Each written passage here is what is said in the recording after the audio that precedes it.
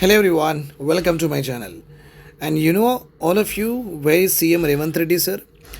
CM Revanth Reddy sir is going to address a AI symposium on March 27th, that is the next month, in Harvard School.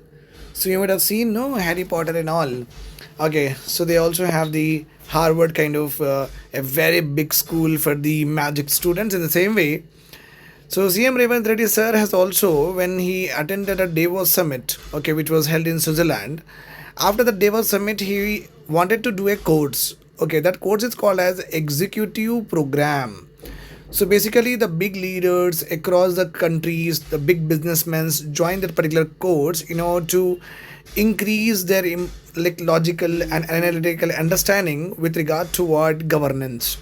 With regard to governance, so you can see here Revanth Reddy sir as a student, okay, has completed the course now has become a speaker. Harvard School invites CM Revanth Reddy sir to AI symposium, which is going to be held on March 27th. It's a very big achievement for the CM Revanth Reddy. Okay, now, so you can see here, Harvard Kennedy School has invited Telangana CM Revanth Reddy to address its inaugural, that means the very first AI policy symposium on March 27, 2026.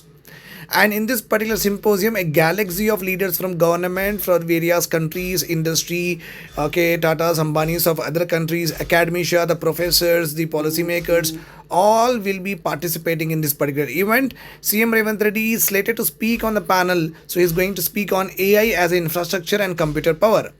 So AI should be used, means AI should be having an infrastructure, and with the help of AI we can able to solve a lot of problems with regard to governance, okay, and can make the good governance possible. And computing power is also important because in AI works basically on ML, machine learning, and machine learning is basically what big data means. Lots of data need to be fed into the computers. So that data need to be computed at the earliest in order to get the desired results. So he is going to speak on the panel title as AI as infrastructure and compute power, impact on livability and workforce. So if AI infrastructure, we are going to build nothing but AI related land acquisition, AI related policies, okay, AI related imports and exports of components, AI related what workforce and skill force, if you are going to build, that is going to impact our livability and workforce. He's going to share insights with regard to Telangana's ambitious digital transformation program also.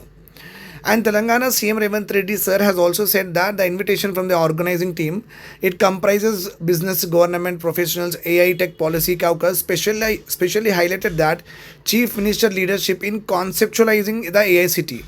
And we are going to talk about here Bharat Future City, which is in Mucherla. I wanted to go there, but it is too far from Hyderabad. It is almost like more than 1 hour of traveling. That's why I did not go. So Bharat Future City, which is built around 200-acre AI city near Hyderabad, it is going to be a global hub for research, high performance computing, innovation, and also what AI.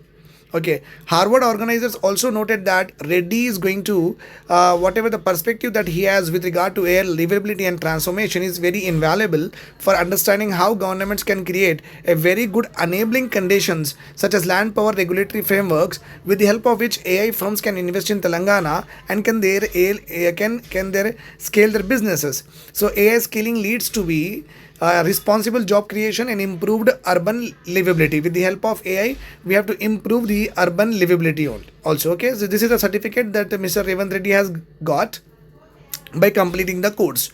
Okay, he has now become from the student to a speaker. The invitation comes on the heels of historic academic milestone. And Revanth Reddy is the first sitting Indian Chief Minister to enroll in a complete course. And you know that he has actually attended all the sessions from 7 a.m. to 6 p.m. He used to sit in the class, not like us who always try to bunk the classes. So he went through rigorous classroom training sessions, and he did along with 60 other global leaders who were there. He attended the leadership in 21st century course. This is the course that he has enrolled, an intensive week-long residency involving global cost studies and adaptive. So he has been put there only. It is a resident schooling. So he slept there, he ate there, and he studied there also. Okay, the vision. During his January visit, Reddy also met with Dean Jeremy Winston of Kennedy School and Professor Dustin to discuss Telangana Rising Vision also. laying the groundwork for the institutional collaborations from the Harvard. Why this matter? Because AI symposium aims to bridge the gap between technical AI development and public policy. Okay, with the help of AI symposium, we are going to build how we are going to bridge the gap between how the AI can be infused or can be put into technology, and we can use it for the leverage of public policy. By featuring the leader of India's youngest state, Harvard is signaling that world is looking towards Harvard, Hyderabad, as a laboratory for real implementation of AI governance. This session is going to explore compute corridors, how strategic infrastructure shapes national competitiveness, workforce pathways, okay, sustainable infrastructure which we are going to build in a Bharat future city. I hope this is all clear to you. I'll go with the next important current affairs. Hello everyone, this is the second important topic that we are going to discuss in this video lecture. Okay, Hyderabad airport contributes nearly 68,000 crores to the Telangana economy. It's such a huge number, you can see that.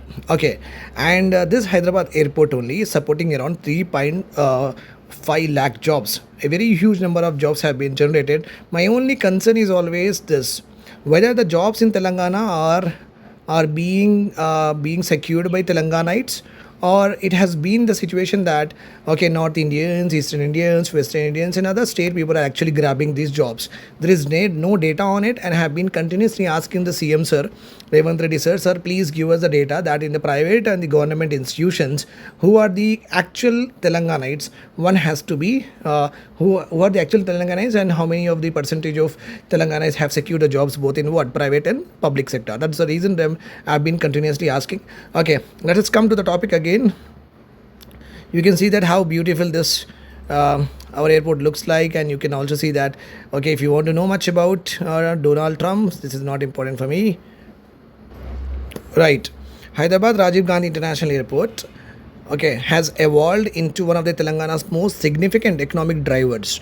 Means our economy is also being driven by what? The revenues generated by the Rajiv Gandhi International Airport, contributing nearly around 68,000 crores, creating jobs around 3.5 lakh jobs, direct and indirect. Direct is something but those who are actually involved in air services like pilots, like cabin crew, okay, like immigration staff. These are called direct. Indirect staffs are nothing but housing staff, okay, catering staff. We call them as indirect employed.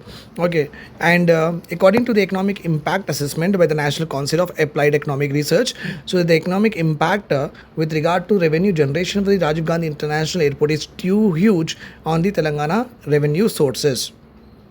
Okay, then we also have with the adjoining GMR Aerocity is also there. The overall Rajiv Gandhi International Airport ecosystem is contributing 75,000 crores in GVA, and close to including this GMR Aerocity, we are having around 4.1 lakh jobs, like accounting more than 5% of state GVA and measurable share of national output and employment. Very nice that one airport is being given so significant in with regard to what economic resources of the state. Let us now see how the multipliers works on to study. Okay, the National Council of Applied Economic Research, they have done the study here. They have measured the direct impacts generated by the airport operations, indirect impact through supplier linkages, induced impacts arising from household consumption by employees across the airport's value chain. The findings indicate that while airport operations alone generated, means airport operations means going from to and fro to different states and the countries, that alone generated 30,000 crore rupees as a direct output, and 9,000 crore rupees is being generated in the GVA. Okay, these figures expanded sharply once indirect and induced effects were factored in, taking the total output of the revenue to 1.5 lakh crore and employment to around 3.5 lakh. So that is very important. Just imagine a point here I'll give you. If you have put a hotel, okay, if you have put a hotel and the what is your major sources of revenue here? The people should book your hotel, should reserve your room, and that is how you generate the revenue. Okay, right. But to your hotel, you will be having that indirect services will be nothing but supplier linkages will be there. Okay, people who will supply mattresses, okay, people who will supply what pillows, the vendors who will give what catering, the vendors who will do the housekeeping will be there. Okay, these are what these are actually also running on the basis of because your hotel is there.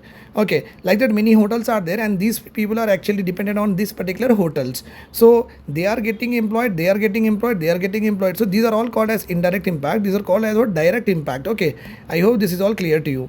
Data also represented in National Council of Applied Economic Research also tables that airport contribution accounted for around 4.63% of Telangana's GVA, which is very huge.